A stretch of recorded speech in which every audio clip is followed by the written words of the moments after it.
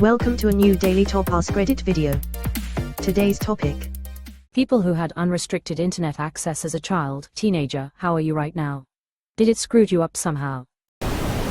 Asking Reddit users if they're messed up really isn't going to give you an untainted baseline. Haha, taint. Exhibitor, your honor. No, I am very weird and off-putting. I was that way before the internet was this accessible. All I need to say, badger badger badger badger mushroom mushroom. Exclamation mark. Snarke, Sanake, Uitsa Snaake. Badger badger badger badger. I discovered a lot of new music I otherwise wouldn't have. It was fine, actually, if that music was Adam Sandler Ode to My Car Funny.mp3.x. Unrestricted internet taught me a lot about how to fix shit with computers, lol. Yeah, I saw some fucked up shit, but that didn't shift my fundamental sense of right and wrong. The internet didn't shape who I am as a person. It may have some influence on my language and references, but no, it didn't really screw me up. Best gore back in the day was wild. Yeah, that site really showed me just how depraved people can truly be. It also showed me how fragile life is. I mean, IDK man. Seeing two dudes get their heads chainsawed off when I was 14 probably didn't have the best impact on a developing mind. Especially considering I went home and watched some violent blowjob porn after seeing that at a fast food restaurant because a friend showed me. I mean, I'm good. Got a high education and save people's lives and shit sometimes. Which is pretty cool. Edit, no matter what awful shit we all saw, none of us should have been subjected to it, whether it be accidental or intentional. Know that you're all wonderful people with infinite potential, and the world is better with kindness. Not chainsaw machete deaths. Red heart. No more than 6th grade seeing a 3-hour video on concentration camps. Both before Allies and Soviets went in and started helping and during the initial rescue. So many malnourished dead and somehow living. I still do not know how the teacher got the video or why he thought elementary school kids should see it. I will say I get extremely angry at people who claim the Holocaust did not happen. Most likely because we watched that video. TBF, judging by your reaction to Holocaust deniers, he knew exactly why elementary school kids should see this. And seeing the current trend in the US, he actually did something good. I'm all for showing kids the reality of war and that it's not at all pew-pew fun. Violence is way too normalized in our society, even more so than sex, which is a requirement for the continuation of our existence. Violence isn't. Nicholas Berg. I saw the video and swore I'd never forget his name. Ugh, just the look on their faces. Saw multiple videos of similar and they all got the same look. That was an early 20s thing for me. No way could I watch any of that now. A friend showed me one of a man being burned alive and he was actually very calm as they poured some sort of fuel on him and lit it. The other terrible one was a thief that a village had caught and had stabbed in the throat. Took him a long time to die and it looked absolutely agonizing, which made me realize how wrong movies get it. I wish I could unsee all of it. I terribly regret seeing the things I saw when I let my morbid curiosity get the best of me. I gave me a bad outlook on humanity, too. Or maybe a more realistic outlook, but it's a lot easier to just not know the depth of human depravity. I remember too. Wasn't with a chainsaw though, was a knife or machete IIRC. We saw a lot of fucked shit and it helped me in life. I would argue similarly that my tolerance for fucked up stuff and general acceptance of others is higher because of the crazy shits I've seen online. I'm less judgmental in a way. Who knows, maybe rotten.org and the likes were actually doing sociological work. Yeah, there was some bad stuff, but I just didn't watch that if I didn't want to. No one held a gun to my head. The internet was also a different place back then though. It was more like a store that's going out of business. You might find something cool here and there, but most of the place looked a little sparse and run down. It was easy to get bored of the internet because it was not the constantly refreshing, overpowering data feed that it is today. It felt small, and when something new popped up it stood out. Most of the draw was the idea of interacting with people. Email, AOL Instant Messenger, IRC. Back then making a long-distance phone call was expensive. The idea of talking to someone thousands of miles away was new and exciting. It was a community. Now the entire internet feels like one of those malware sites you clicked on that opened hundreds of pop-ups. It's not fun anymore, it's just exhausting. Source, mid-40s computer nerd who lived through dial-up to TikTok. I'm 36 and I've been online since 1999 and you summed it up calling it exhausting. It's not fun anymore and I miss the days when the online world was still separate from the offline world. Totally fine, but I also grew up in the generation of don't give out personal information online and never tried to meet anybody I knew from the internet until I was an adult. The worst side effect was that I still reference early internet memes with friends of a similar age.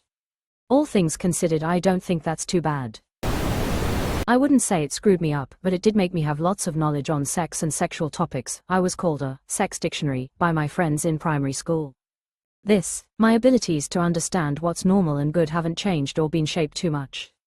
That stated over sexuality and information from a young age with raging hormones has led me to see and get off to things that are very much not normal, natural, nor for any practical bedroom purposes acceptable. If one defines that as screwed up, then, indeed, that, I may be. I had the internet in my bedroom at 13, Windows XP and dial-up for time reference. About 5 minutes in, I found my way to rotten.com. That was the beginning of the rabbit hole. I've seen some shit. I was already hardened from a tough childhood, but it really desensitized me. Or so I thought. Apparently it's like muscle memory, if you don't use it you lose it. I saw some death videos on here a few months ago and I felt weird for a few days. Curiosity always gets the best of me lol. I'm okay though. I'd say I turned out normal, but to be called normal in such a profoundly sick society is probably not a win. That last sentence hits, doesn't it? I feel like my baseline is pretty easy to keep. Don't drink myself to death. Don't beat or humiliate my kids or my wife. Hold a job. Work for the future. Be honest with dealings and kind to people and strangers. Let people be who they are. These behaviors seem pretty easy as fundamentals, but humanity has been one disappointment after another my entire adult life. It's left me feeling that as a species we're just deeply, deeply flawed, almost irredeemably so. Yeah, Neopets really fucked me up as a child, Same TBH. Oh, the trauma, especially that stupid tree rolling on the floor laughing. I think almost every young person has unrestricted internet access, both now and 25 years ago. How many of us can say our parents monitored their internet usage? I wasn't allowed any form of internet access until high school, and even then, my psycho helicopter mom monitored everything. But I do believe I am the minority. Same for me, and that was 10 to 15 years ago. My time was very limited. I'm still messed up though. My parents monitored my every move on the computer by having a keylogger installed that sent hourly transcripts to my dad. No privacy allowed whatsoever. We also had one computer and one TV for the entire house, and both were in the living room where they could be monitored. I was also raised in a cult, so upside down face. Some of those gore websites really open your mind as to how fucked up or crazy the world actually is. This is a good answer. Those gore websites, while not for everyone, opens you up to realizing that there are many horrible things happening every day, and I'd go so far as to say instill some appreciation on how good a mundane day can be. People getting fried by power lines, whether during the usual day at work or whether they stealing power lines, people having their head hacked off in some backward country, or the usual murder, torture in a war zone or hood. It serves as a stark reminder that while things can be tough, they could be horrendous. Also, it opens your eyes to the fact that there are dangers out there every day, and that it is even people's jobs to go clean up after this stuff that some people can't even stomach watching. The world is varied and nuanced. Appreciate what it has to offer. Agreed. I've almost never gone a day in my life without being somewhat grateful that I'm not on the receiving end of a cartel torture execution scene. Like, I don't think people realize how thin of a safety net we truly walk on. Nothing is guaranteed for anyone. Death can and will sweep everyone up. It's a matter of how and when.